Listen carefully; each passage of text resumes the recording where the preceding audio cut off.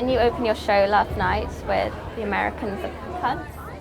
Where'd you read that? Were you there? I wasn't there, but one of our reviewers was. They had tickets anyway, they bought them themselves. Oh, yeah. Well, I did open with that. But in saying that, there's a lot of cunts in Britain and there's a hell of a lot of cunts in Australia. Cunts are easy to find. Just point. There's a couple over there, a few over there. But yeah, no, look. Yes and no. There's good people everywhere, but I have met an inaudible amount of dickheads in America. Yeah. Of course. Have you been there? And what was it that made you sort of put a kibosh on all of the review tickets? Well, the thing is, I look at reviews like this. People need to get reviewed. I remember my first year in Edinburgh and I got 3 reviews, right? And I did a good show and I worked really hard and I was playing to 30 people a night and no one wanted to review me. And then the more tickets I sold, the more people wanted to review me after I really didn't need the reviews, you know what I mean? So I sold like 8,500 tickets last year. I got reviewed 20 times, right? They had a whole heap, 10, 20 people wanting to review me for this tour, but by the time the reviews came out, I'd already be long gone. I'll be out of the festival, so I don't need it for more people to come. They might as well go off and review other shows. If they're coming, which I suspect they were doing, just coming because they wanted to see the show, then they can buy a ticket with everyone else. Yeah. Or befriend me when I'm drunk in a bar and I'll give them a ticket. See, that's the real way to do it. Okay. You sort of lost a lot of the anger in your show, but it was much more polished. You think that it's because of HBO, or are you less angry these days? No, I'm less angry because I have no reason to be angry anymore. I'm just as depressed as I've always been, and I'm just as down on the world, but I'm not angry about it like I used to be. I used to think that I could change things in that stupid early 20s mind that people have, where they think they're going to grab the world, and right? And now I'm not going to change nothing. I'm just going to be funny, and that's it. And with the polish, the only reason is because I'm doing a lot of old jokes and stuff, and I think this show's a little bit more stress-free for me. So I just, you know, I'll probably be doing a different performance tonight than I did last night. Last night was polished for some unbeknown reason, but it mightn't be tonight. Yeah, it was advertised as mainly going to be the hits and the older stuff, but then apparently you use a lot of new material. Yeah. Okay, cool. So the next few shows, you're going to continue with the new material, or is that, you said? I'm going to change up stuff. There's going to be a lot of new in it. We've just put an extra show on Thursday night out at the Cow Barn, but all the rest of them are sold out except for tonight. There's a couple of tickets left. Was that kind of a bit of a rebellion on your part? No, it was just that I thought with everything that went on this year, I wouldn't have time to write new material, and surprisingly enough, I've written a lot of new material. Yeah. And the reason I thought that is because with the HBO thing, we were trying to get that hour down pat. We were trying to get it really good, and I write my jokes on stage. I just have an idea and run with it a little bit, you know. So I wasn't, for 6 months, I wasn't doing any new jokes on stage whatsoever. And now just in the last month, I've gone through a bit of a burst, really, of a whole lot of stuff that I've been thinking about during that 6 months, but I've tried it out and it's went all right. Plus, I had a story in the show that just happened, and it's like a 15-minute routine. It just happened in my life, so that's always lucky. Yeah.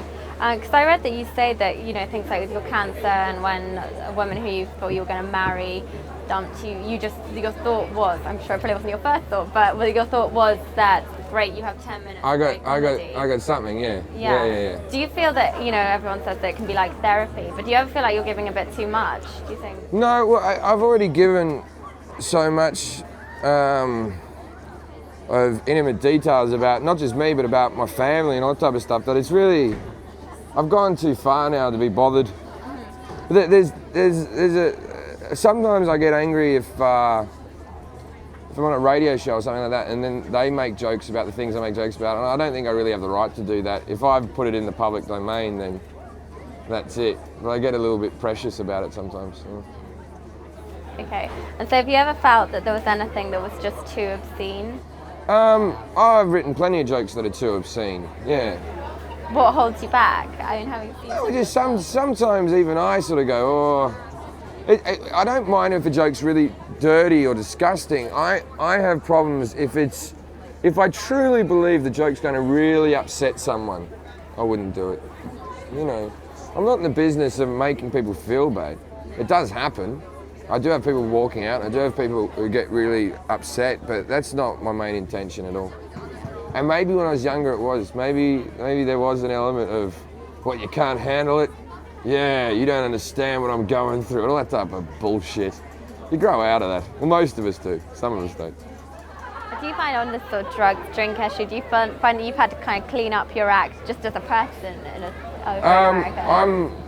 I still drink as much as I always have. I probably take a lot less drugs than I have for years, and of course, yeah, you get